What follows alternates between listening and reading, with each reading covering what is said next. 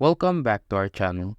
In today's video, I am going to show you how to download and install Hearts of Iron 4 on PC. First off, you need to open your Steam launcher. After opening the launcher, type Hearts of Iron 4 in the search bar located at the top of the screen. Click on Hearts of Iron 4. Click on Add to Cart. Then view my cart. Continue to payment. You will be redirected to the checkout page. Select your preferred payment method. Click continue. Fill up the necessary details for the transaction. Then proceed to the checkout.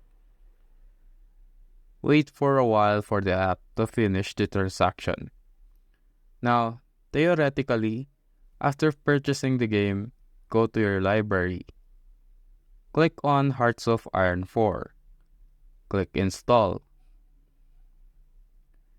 Browse to select a folder to use. Make sure that you have at least 3 GB free in your storage. Then click Install. Wait for the download to finish. And there you go. That is how to download and install Hearts of Iron 4 in your PC. Thank you for watching.